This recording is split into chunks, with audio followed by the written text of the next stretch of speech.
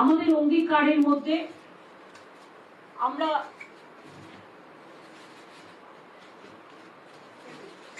আমরা সবার জন্যই, এটা জাস্ট সংক্ষেপে আপনাদের কাছে একটা অঙ্গীকার বলছি, যদি এগুলো ম্যাক্সিমাম করে দেওয়া হয়েছে। লক্ষ্মী ভান্ডার বৃদ্ধি আমরা করেছি এবং বলে দিয়েছি সারা জীবন লক্ষ্মীর ভান্ডার পাবে।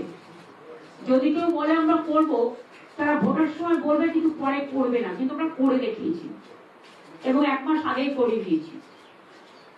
এখন সাধারণ মহিলারা পাচ্ছেন 1,500, মানে বছরে 18,000, আর তপশিলি জাতি এবং আদিবাসীদের জন্য 1,700, অর্থাৎ বার্ষিক 20,400।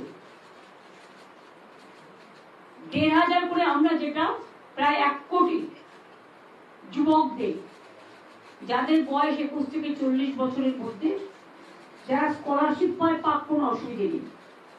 স্কলারশিপের টাকার সাথে এর কোনো সম্পর্ক নেই, কারণ আমাদের অনেক স্কলারশিপ আছে, কন্যাশ্রী, শিক্ষাশ্রী, যুবশ্রী, মেধাশ্রী, স্মার্ট কার্ড, সবুজের স্বপ্ন, তরুণের স্বপ্ন, রূপশ্রী, আমাদের 100টার ওপর স্কিম আছে, সামাজিক স্কিম, সেটা তো পাবেই।